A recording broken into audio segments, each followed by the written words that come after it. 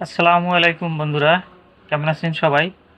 আজকে আমরা মাওলানা আল্লামা দেলোয়ার হোসেন সাঈদীর কণ্ঠে এবং তার বর্ণনা ও তাফসির মোতাবেক আয়াতুল কুরসির ফজিলত এবং সার্বভৌমত্বের মালিক, এই পৃথিবীর সার্বভৌমত্বের মালিক একমাত্র আল্লাহ, এই বিষয় সম্পর্কে আমরা জানব। তো চলুন আমরা ভিডিওটি দেখতে থাকি। শুরু করা যাক। মিনাশ শাইতানির রাজিম। বিসমিল্লাহির রহমানির রহিম। আল্লাহু লা ইলাহা ইল্লা হুয়াল হাইয়ুল কাইয়্যুম লা تأخذه سنة ولا نوم له ما في السماوات وما في الأرض من ذا الذي يشفع عنده إلا بإذنه يعلم ما بين أيديهم وما خلفهم ولا يحيطون بشيء من علمه إلا بما شاء وسع كرسيه السماوات والأرض ولا يؤوده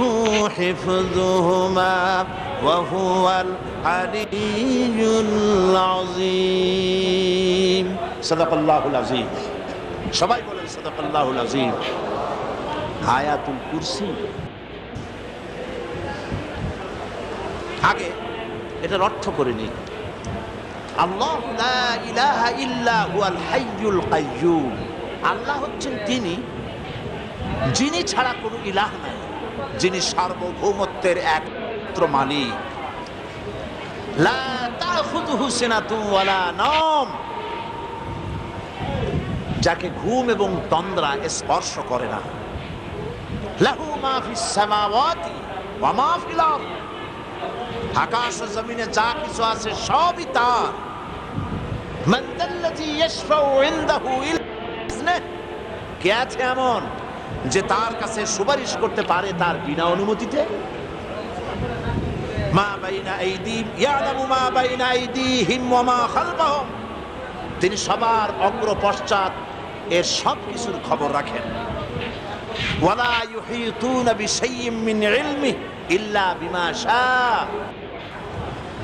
তার জ্ঞাত বিষয়ের কিছুই মানুষ নিজেদের আয়ত্তে আনতে পারে না। অবশ্য আল্লাহ যদি কাউকে কিছু দিতে চান, ওয়াসিআ কুরসিয়্যুহু সামাওয়াতি ওয়াল আরদ, তার একচ্ছত্র ক্ষমতা এবং কর্তৃত্ব আকাশ এবং জমিনকে পরিব্যাপ্ত করে রেখেছে।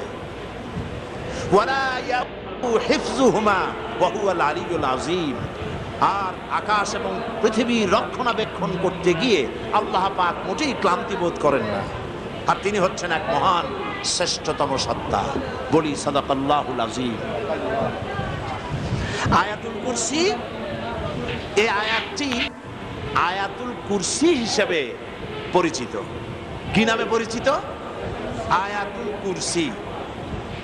এখানে মহান আল্লাহ পাকের এমন সব পূর্ণাঙ্গ পরিচিতি পেশ করা হয়েছে যার নজির গোটা কোরআন শরীফে নাই। সুবহানাল্লাহ। তাই হাদিস শরীফে এই আয়াতটিকে শ্রেষ্ঠ আয়াত বলা হয়েছে। কোরআন শরীফের কি আয়াত? শ্রেষ্ঠ আয়াত বলা হয়েছে। আমরা প্রত্যেকটি ফরজ নামাজের পরে এই আয়াতে কারিমা পড়ে থাকি। পরিচিত কি নামে পরিচিত? আয়াতুল কুরসি। ঠিক কিনা বলে? আল্লাহ বলেন প্রত্যেক ফরজ নামাজের পরে আয়াতুল কুরসি যে ব্যক্তি পাঠ করবে, কিয়ামতের দিন আল্লাহ রাব্বুল আলামিন ওই ব্যক্তির ব্যাপারে সিদ্ধান্ত নেবেন, আল্লাহ তাকে জান্নাত দান করে দিবেন। ঠিক কিনা বলে? আল্লাহর